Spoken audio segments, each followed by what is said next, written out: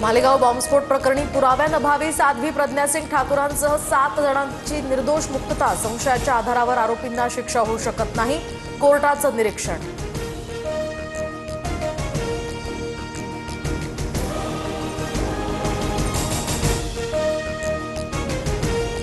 आतंकवाद भगवान कभी था न है ना रहेगा। मालेगाव बॉम्बस्फोट प्रकरणाच्या निकालानंतर मुख्यमंत्री फडणवीसांचं ट्विट। सत्य कधीही पराभूत होत नाही, हिंदू धर्मियांवरचा कलंक पुसला गेला। भगवा आतंकवाद म्हणत काँग्रेसकडून भगवा आणि हिंदुत्ववादाला बदनाम करण्याचं हे काम। उपमुख्यमंत्री एकनाथ शिंदेंची टीका। तर माझ्यावरून भगव्याला सुद्धा कलंकित केलं गेलं। 17 वर्ष अपमानाचं आयुष्य जगले, निर्दोष सुटून सुद्धा आयुष्यात आतापर्यंत झालेल्या नुकसानाचं काय करायचं। कोर्टाच्या निकालानंतर साध्वी प्रज्ञा सिंग यांना अश्रू अनावर।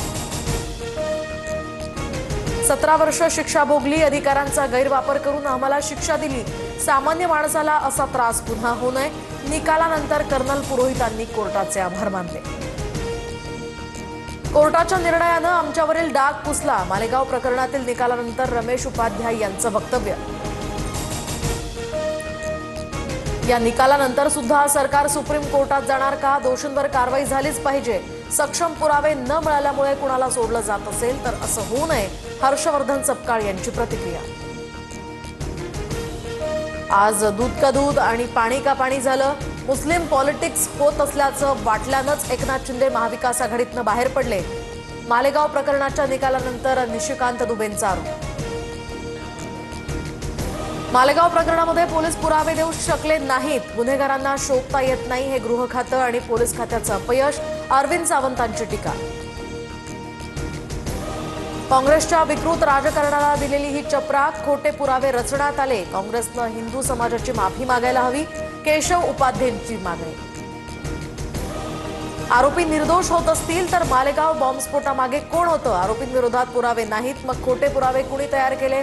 कृत्रिम पुरावे तयार करण्यात आले का? इम्तियाज जलील यांचा सवाल। मालेगाव बॉम्बस्फोट प्रकरणाच्या निकालानंतर मालेगावात हिंदुत्ववादी संघटनांचा जल्लोष, पेढे भरवत हिंदुत्ववादी संघटनांकडून आनंद व्यक्त।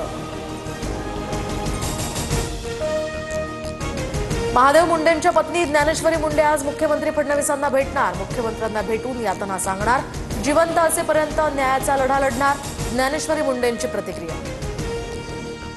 उपमुख्यमंत्री एकनाथ शिंदे दिल्ली दौऱ्यावर, शिंदेंची दिल्लीमध्ये रात्री बड्या नेत्यांसोबत भेट, शिवसेनेच्या मंत्र्यांसंदर्भात भेट घेतल्याची सूत्रांची माहिती। मुंबईमध्ये आज मुख्यमंत्री फडणवीसांच्या उपस्थितीत कैलास गोरंट्याल यांचा भाजप प्रवेश, जालना महापालिका स्वबळावर लढवण्यासाठी वरिष्ठांकडे आग्रह करणार, गोरंट्याल यांची प्रतिक्रिया। खडसेंचे जावई प्रांजल खेवलकरांची आज पोलीस कोठडी संपणार, दुपारी पोलीस खेवलकरांसह 4 जणांना कोर्टात हजर करणार। वसई विरारचे माजी आयुक्त अनिल पवार यांच्यासह 6 जणांना ईडीचं समन्स, सूत्रांची माहिती। छाप्यामध्ये 1,33 लाखांची रक्कम जप्त।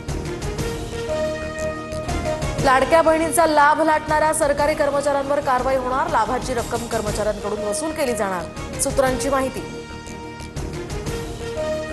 सरकारकडून लाडक्या बहिणींना रक्षाबंधनाला भेट मिळणार, जुलै-ऑगस्टचे 3,000 रुपये खात्यात एकत्रित जमा होणार, सूत्रांची माहिती। कबुतरांना खाद्य देणाऱ्यांविरोधात तक्रारी दाखल करा, सुप्रीम कोर्टाचे बीएमसीला आदेश। कबुतरांना खायला घालणं आरोग्यासाठी धोकादायक, सुप्रीम कोर्टाची टिप्पणी। रशियातील भूकंपामुळे रशिया, अमेरिका, जपान आणि हवाई बेटांना सुनामीचा इशारा, हिलो हवाईमध्ये मोठ्या प्रमाणात पूर आल्याची ही दृश्य।